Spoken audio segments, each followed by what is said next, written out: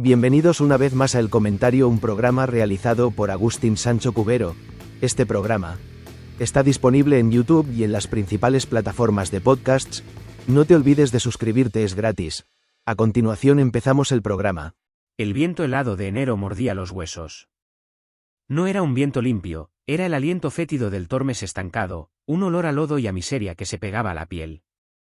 En el asentamiento de Pizarrales, en esa salamanca de piedra dorada que les daba la espalda, las chabolas se acurrucaban unas contra otras como animales ateridos, buscando un calor que no existía. Eran construcciones de la necesidad, un mosaico imposible de latas oxidadas, cartones empapados y maderas rescatadas del río. Dentro de una de ellas, acunado en trapos que apenas merecían el nombre de mantas, Eleuterio Sánchez Rodríguez abrió los ojos al mundo. Era el año 1942.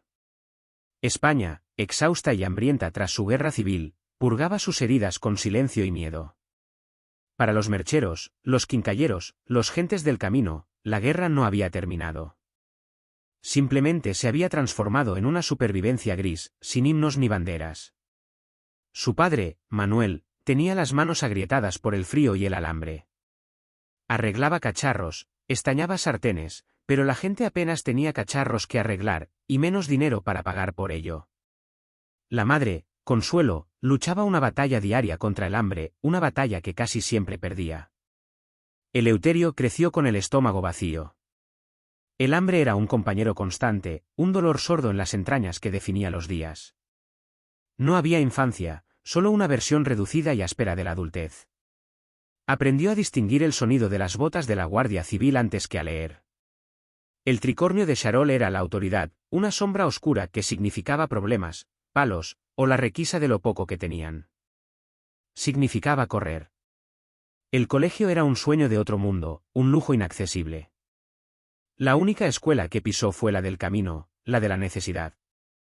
Aprendió a mirar, a callar, a moverse sin hacer ruido. Aprendió que el mundo estaba dividido de forma tajante. Estaban los payos, los que vivían en casas de ladrillo, los que tenían zapatos y comían caliente cada día. Y estaban ellos, los del borde, los que sobraban. Su primer delito fue la vida misma, nacer donde había nacido.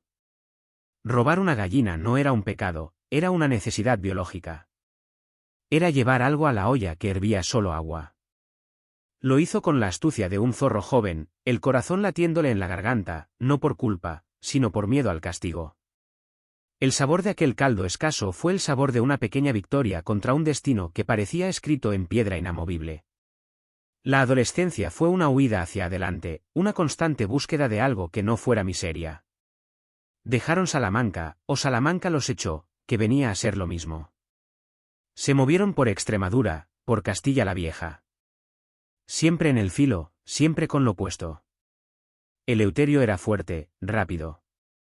Tenía una mirada intensa, unos ojos que absorbían el mundo con una mezcla de desafío y temor. No quería el destino de su padre, esa sumisión callada, esa espalda siempre doblada ante la autoridad. Él quería algo más, aunque no sabía qué. Solo sabía que no quería pasar frío. No quería pasar hambre nunca más. Llegó a Madrid. La capital era un monstruo fascinante y cruel. Los años 60 despuntaban tímidamente. España se abría al turismo, ponía luces de neón en la Gran Vía y fabricaba coches 600. Pero bajo el asfalto nuevo, la vieja miseria persistía, oculta en los arrabales. Eleuterio se movía por los márgenes de esa nueva prosperidad que le era ajena. Los trabajos eran duros, mal pagados, y siempre temporales. La obra. La descarga en los mercados. Y siempre, la mirada de reojo de la autoridad. Era un merchero. Estaba marcado. No tenía papeles. No tenía lugar. La delincuencia menor fue una escalera natural, casi inevitable. Pequeños hurtos. El tirón. El grupo. No era por vicio, era por urgencia. Era el único ascensor social disponible para los que no tenían ni estudios ni padrinos. Conoció a otros como él. Jóvenes quemados por la prisa de vivir, por la rabia de sentirse excluidos del banquete. Y planearon algo más grande. Un golpe que los sacara del barro de una vez por todas. El día era gris, plomizo, un martes de mayo de 1965. La joyería de la calle Bravo Murillo. Eleuterio tenía 23 años. El plan era sencillo en su desesperación: entrar, coger el dinero, salir. Rápido. Limpio. Pero los planes hechos con hambre rara vez salen limpios. El aire dentro de la tienda era espeso, olía a metal pulido y a miedo. El vigilante jurado, un hombre gris, un trabajador como su padre, se interpuso. Hubo un forcejeo. Hubo gritos. Hubo un disparo que rasgó el silencio de la tienda. El hombre cayó. La sangre manchó las baldosas. Salieron corriendo. El botín era irrisorio, unas 100.000 pesetas que se repartieron entre varios. Pero el coste era incalculable. La vida de un hombre. La huida fue corta. La policía del régimen era brutalmente eficaz para cazar a los pobres. La detención fue violenta. Los calabozos de la Dirección General de Seguridad. Los interrogatorios. Los golpes que buscaban romper el cuerpo antes que encontrar la verdad. No eran preguntas, eran castigos preventivos. La prensa se abalanzó sobre ellos como cuervos. No eran ladrones, eran una banda peligrosa. Nació un nombre. El LUT. La España de Franco necesitaba villanos claros, monstruos que justificaran la mano dura, el orden implacable. Y Eleuterio era perfecto. Joven, merchero, analfabeto y, ahora, asesino a ojos de todos. El enemigo público número 1. La maquinaria judicial se activó con una velocidad aterradora. No fue un juicio, fue un sumarísimo. Se les aplicó la ley de bandidaje y terrorismo. Palabras mayores. Palabras que olían a muerte. El tribunal militar. Los uniformes verdes. Las caras impasibles de los jueces. Eleuterio no entendía la mitad de lo que decían. Lenguaje judicial. Latín para los condenados. Su abogado de oficio apenas abrió la boca. La sentencia estaba dictada antes de entrar en la sala. Culpable. Pena de muerte. La palabra cayó sobre él como una losa de cementerio. Muerte. El garrote vil. Sintió un frío que no era el de Pizarrales, era un frío interior, absoluto, el frío del final. Lo llevaron a la celda de los condenados. La capilla. Esperar. Cada segundo era una tortura. Cada ruido en el pasillo, la llegada del verdugo. Imaginaba el collar de hierro, la presión en la nuca. El crujido. Tenía 23 años y su vida se había acabado por 100.000 pesetas y un disparo que él, insistió siempre, ni siquiera había hecho. Los días se estiraron en una agonía inmóvil. Fuera, el mundo seguía girando. Los periódicos publicaban su rostro. El monstruo. Pero dentro, solo había silencio y el olor a cera de las velas. Y entonces, la noticia. Un indulto parcial. El generalísimo, en su clemencia calculada, conmutaba la pena. No moriría. Viviría. Pero viviría 30 años. 30 años de reclusión mayor. La puerta de la capilla se abrió, pero fue para llevarlo a una celda más grande, a una muerte más lenta, a la eternidad de la cárcel. El penal del Dueso. Un monstruo de piedra gris frente al Cantábrico.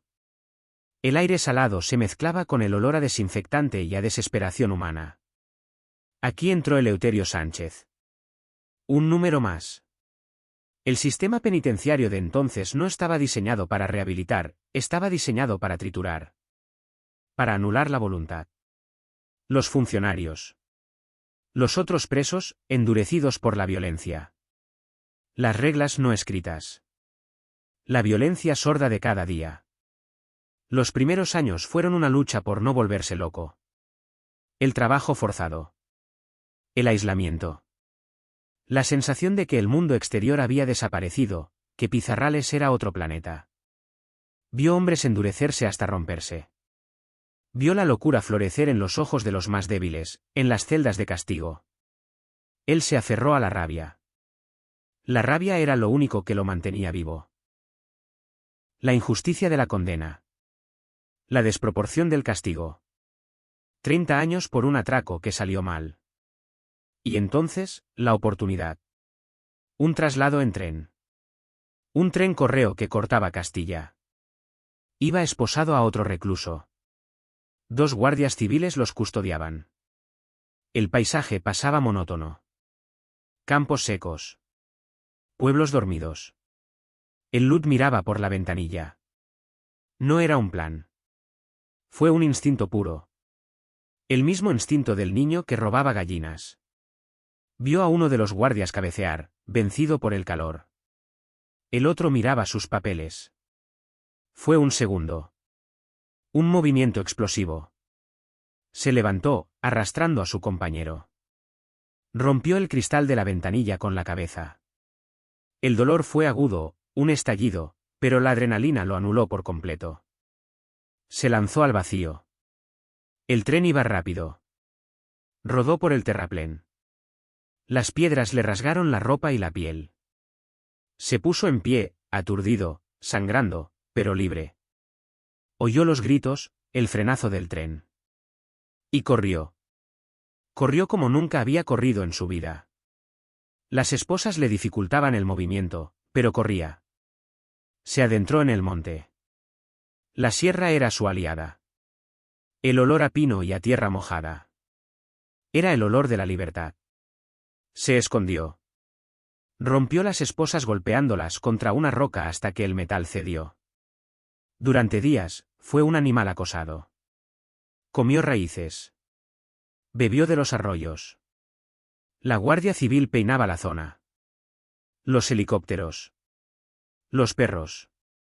España entera se paralizó. El Lud se había fugado. El criminal más peligroso andaba suelto. El régimen estaba humillado. Se convirtió en una leyenda de la noche a la mañana. Para unos, el demonio encarnado. Para otros, para muchos en el silencio de sus casas, un héroe popular. El hombre que había desafiado al sistema. El pobre que se reía de la autoridad. Pero la libertad del fugitivo es efímera. Lo cercaron. El hambre, el frío y el cansancio lo vencieron. La captura fue violenta. La vuelta a prisión, un infierno multiplicado. Celda de castigo. Aislamiento total. Oscuridad. Silencio. Allí, en esa oscuridad absoluta, Eleuterio tocó fondo. Podía dejarse morir. Podía pudrirse. O podía hacer algo. Decidió hacer algo. Pidió una cartilla. Quería aprender a leer. La petición fue recibida con burlas. ¿El Lud, leer? El bicho. La bestia. Pero insistió. La terquedad era su mejor arma, la había aprendido en el Tormes. Una monja, Sor Matilde, le llevó los primeros libros. Empezó con las vocales. La, e, i, o, u. Sus manos, acostumbradas a la fuerza bruta, apenas podían sostener el lápiz. Era un esfuerzo titánico. Cada letra era una montaña que escalar. Pero avanzaba. Noche tras noche, bajo la luz de una bombilla débil, descifraba sílabas. Ma. Me. Mi. Mo. Mu. Las palabras empezaron a formarse. Pan. Agua. Madre. Y luego, frases. Y con las frases, ideas. Descubrió que los libros contenían mundos. Mundos donde él no era un preso. Mundos donde podía ser libre, donde el tiempo se detenía. La lectura le llevó a la escritura. Y la escritura, a la necesidad de entender. ¿Por qué estaba él allí? ¿Por qué 30 años? ¿Era justo? Pidió libros de leyes. El Código Penal. El mismo que lo había aplastado. Los funcionarios se reían, pero se los daban. Quizá pensaban que se volvería loco del todo. Y empezó a estudiar Derecho. Se matriculó por correspondencia en la universidad. Era una locura. El merchero analfabeto de Pizarrales quería ser abogado. Los otros presos lo miraban con una mezcla de asombro y burla. Pero él seguía. Memorizaba artículos. Hacía esquemas en papel de estraza. Sus compañeros de celda eran albañiles y ladrones. Él les hablaba de derecho procesal, de recursos de amparo. El estudio lo transformó. La rabia bruta que lo había hecho saltar del tren se convirtió en una indignación articulada. Entendió los mecanismos de la justicia. Vio las trampas. Vio cómo la ley estaba diseñada para proteger a los que ya tenían protección, y para castigar sin piedad a los que no tenían nada. Se estaba forjando un hombre nuevo dentro del viejo uniforme de presidiario. Un hombre con armas que no eran navajas ni pistolas. Eran palabras. Eran artículos. Eran leyes. Pero el viejo Lud, el instinto de supervivencia, seguía vivo. La cárcel del puerto de Santa María. Una fortaleza inexpugnable. El régimen franquista agonizaba en los años 70, pero sus prisiones seguían siendo duras, medievales. Eleuterio era un preso incómodo. Era famoso. Y ahora, además, era listo. Sabía sus derechos. Protestaba. Escribía instancias. Era peligroso. Decidió fugarse de nuevo. Esta vez no fue un impulso. Fue un plan metódico, estudiado. Como un examen de derecho penal. 1971. Aprovechó un fallo en la vigilancia. Salió. Y de nuevo, la calle. Esta segunda huida fue diferente. Ya no era solo el quinquí. Era el preso que estudiaba derecho. El fugitivo que escribía. La policía lo buscaba con más ahínco si cabe. Se movió por el país. A veces encontraba ayuda. Gente anónima que veía en él un símbolo de la lucha contra la dictadura. Otras veces, solo encontraba puertas cerradas y miedo. Fueron 2 años y medio de clandestinidad. Una vida de topo. Sin identidad. Siempre mirando por encima del hombro. El desgaste era brutal. La paranoia. No podía confiar en nadie. El país entero estaba empapelado con su cara. El Lud. La psicosis era total. Cualquier atraco en cualquier pueblo de España, era el Lud. Era la sombra del régimen. Lo capturaron en 1973, cerca de Sevilla. Estaba agotado. Herido. La foto de su detención mostró a un hombre barbudo, con la mirada fiera, desafiante. No pedía clemencia. Pedía justicia. Volvió a la cárcel. Pero esta vez, el mundo exterior había cambiado. Franco estaba muriendo. El régimen se desmoronaba. Y Eleuterio ya no era solo un preso. Era un escritor. Desde la celda, había escrito su primer libro. Camina o revienta. El título era su vida entera. Una autobiografía cruda, brutal. Contaba la miseria de Pizarrales, la injusticia de la condena, el horror de las cárceles. El libro fue un bombazo. Un éxito de ventas. La España que despertaba a la democracia leía con fascinación la historia del hombre que el franquismo había querido enterrar. Su voz, la del marginado, resonaba en un país que buscaba su propia identidad. Murió Franco en 1975. Llegó la amnistía de 1977. Salieron los presos políticos. Pero él no era político. Era común. Siguió en la cárcel. Pero ahora era abogado. Había terminado la carrera. Se defendía a sí mismo. Escribía recursos. Se convirtió en un símbolo de la lucha por la reforma penitenciaria. La presión pública creció. Intelectuales, políticos, gente de la calle. Pedían su libertad. Era una anomalía. El licenciado Eleuterio Sánchez, preso por un delito de hacía 15 años, en una España nueva. La libertad llegó finalmente en junio de 1981. Un indulto total. Salió de la cárcel de Alcalá de Henares. Tenía 39 años. Había pasado casi 20 encerrado. El sol le hizo daño en los ojos. El ruido de los coches era ensordecedor. El mundo era de colores brillantes. Lo esperaban decenas de periodistas. El mito salía de la cueva. Intentó ser Eleuterio. Se colegió como abogado. Ejerció. Escribió más libros. Se casó. Tuvo hijos. Quería una vida normal.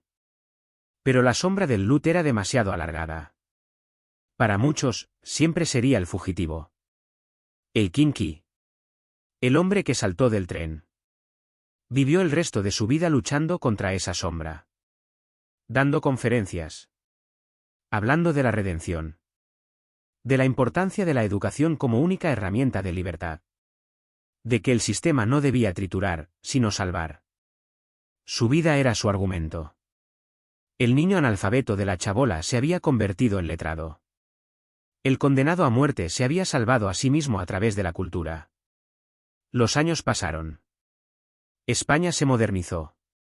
Se olvidó de sus años de plomo. Pero él seguía allí, un recordatorio viviente de la miseria y la brutalidad de un tiempo pasado. Un hombre que había caminado. Que había reventado varias veces. Y que, pese a todo, había seguido caminando. Había cruzado el siglo, desde el barro del Tormes hasta la era digital, llevando a cuestas el peso de su propia leyenda. El hombre que se negó a ser solo el Lut. Hasta aquí esta edición del programa del comentario, un programa realizado por Agustín Sancho Cubero. Este programa está disponible en YouTube y en las principales plataformas de podcasts. Hasta la próxima edición del programa. Muchas gracias. Dirección y realización Agustín Sancho Cubero.